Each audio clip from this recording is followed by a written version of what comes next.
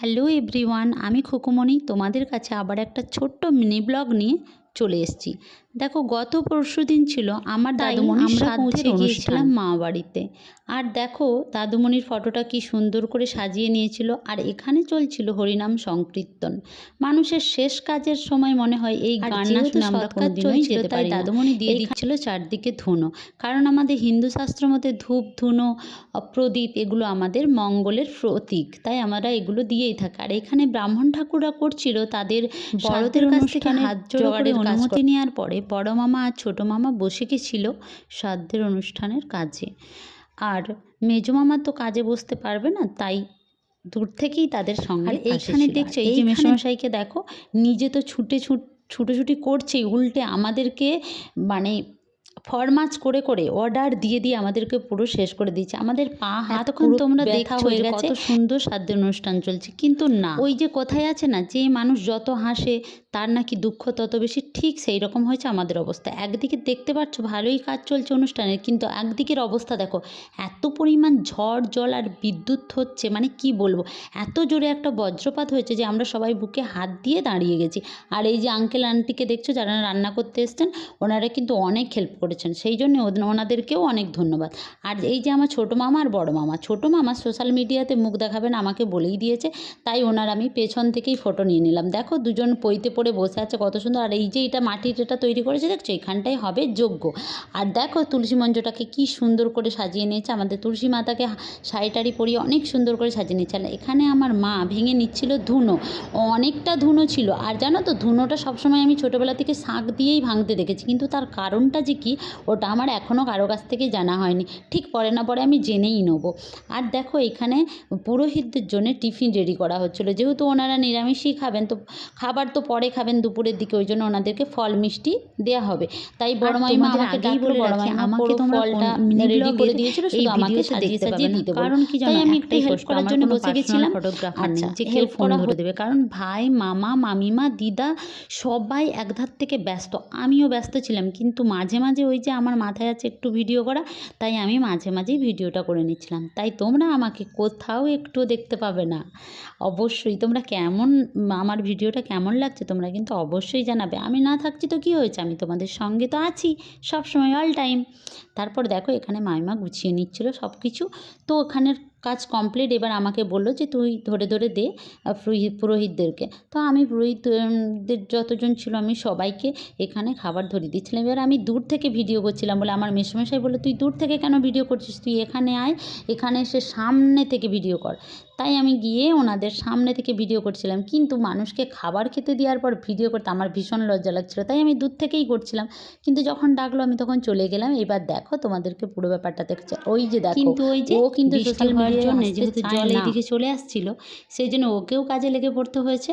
সবাই মিলে ওই যে মাটি নিয়ে সব ধারগুলোকে ঠিক করে রাখছিল, যাতে জল পুজোর কাছে চলে না আসে।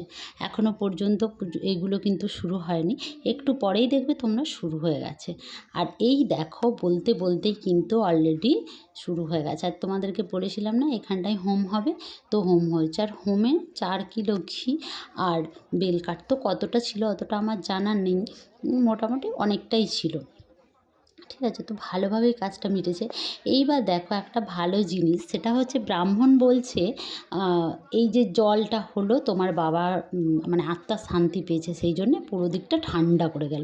কিন্তু আবার আমার দাদু ছিল একটু রাগী, তো অন্যরা বলছে তার যে একটা রাগ ছিল, তেজ ছিল, সে সেইটা প্রমাণ করে দিয়ে গেল যে দেখ আমি এরকম ছিলাম, এই জন্য এরকম হলো।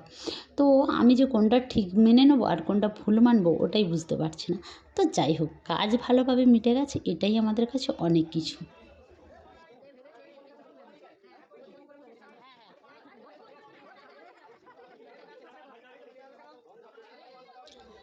যাই হোক, আমাদের সঙ্গে তোমরাও হোম করাটা উপভোগ করো।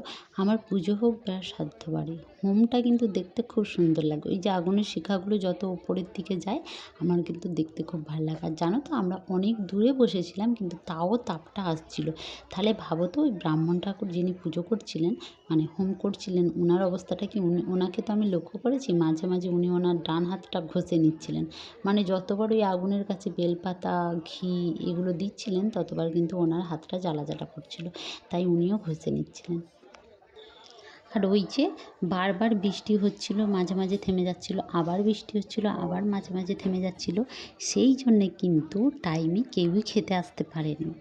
আর সেই জন্যে খাবার পরিবেশন করতেও দেরি হয়েছিল, এদিকে রেডি না হলে তো ওইদিকে হওয়া সম্ভব না। কিন্তু তারপরে কিছুক্ষণের মধ্যে বৃষ্টিটা অনেকটাই কমে গেছিলো, তখন কিন্তু খাওয়া দাওয়াও শুরু হয়ে গেছিলো। এইবার হয়েছিল এক কাণ্ড। খাওয়া দাওয়া তো খাওয়ার জন্য সবাই চলে এসেছিলো, ওনাদেরকে সব কিছু দিয়ে দেওয়ার হয়েছিল, কিন্তু লুচি ভাজতে গিয়ে ওনারা হিমশিম খাচ্ছিলেন, কারণ একজনই ছিল। তারপর আমরা সবাই মিলে গিয়ে সেখানে সহযোগিতা করলাম। আমার দুটো মাসিমণি, আমরা সবাই মিলে তাড়াতাড়ি করে গিয়ে একজন লুচি বেলে দিল, একজন কেউ পাঁপড় ছুঁড়ে দিচ্ছিল, এরকম করে করে চটপট চটপট করে জিনিসগুলো করে তারপর আবার শুরু হলো পরিবেশন। আসলে দুটো জায়গায় বসেছিল, একদম দোতলাতে বসেছিল ব্রাহ্মণ ঠাকুররা, আর প্যান্ডেলে বসেছিলেন যত সব প্রতিবেশীগুলো যাদেরকে নিমন্ত্রণ করা হয়েছিল ওনারা। তো দুটো জায়গায় যোগান দিতে গিয়ে ওনারাও তিনজনে হিমশিম খেয়ে যাচ্ছিলেন, তাই আমরাও লেগে গেছিলাম এসে সহযোগিতা করতে। তাই আমাদেরই তো কাজ, আমরা যা হোক করেছিলাম। তারপরে এই যে এটা হচ্ছে আমার বড় মামার ছেলে, উনি একটু ডায়লগ দিচ্ছিলেন। জানো তো, এখানে যখন আমি লুচি বেলছিলাম তখনও কিন্তু আমি ওদের বলেছিলাম, ওই দে না রে কেউ আমার একটু ভিডিও করে, একটু ক্যামেরাটা ধর না। কিন্তু ওরা এত পরিমাণ ব্যস্ত ছিল, কেউ ধরলই না। জানো আমি কত কাজ করেছি। তারপরে এই দেখো, ওই যে জানালার দিকে দেখো, একটা হচ্ছে আমার মামার মেয়ে, ও কিন্তু আসতে চাচ্ছিল, কিন্তু আসার পরে যখন দেখেছে হোম হচ্ছে, অত বেশি আগুন জ্বলছে, ওরা এত ভয় পেয়েছে, ও আবার ঘুরে ঘর পালিয়ে গেছে, আর গিয়ে ওইখানের জানালা দিয়ে এইগুলো দেখে দেখে মজা নিচ্ছে। আর তারপরে দেখো কাজ কমপ্লিট হয়ে গেলে, আমাদের তো হিন্দু ধর্ম মতে মানে কাজ কমপ্লিট হয়ে যাওয়ার পর, আর তোমরা দেখতেই পাচ্ছ এখানে শুরু হয়ে গেছে হরিলুট, মানে শ্রাদ্ধ অনুষ্ঠান প্রায় শেষ, শুধু এই হরিলুটটাই বাকি আছে। এইটা হয়ে গেলেই শান্তি জল ছড়ানো হয়ে যাবে, হয়ে গেলেই পুরোটা কমপ্লিট হয়ে যাবে। আর তখনও পর্যন্ত আমরা কিন্তু বাড়ির যতজন মেম্বার তখনও পর্যন্ত আমরা কিন্তু কোনো কিছুই খাইনি।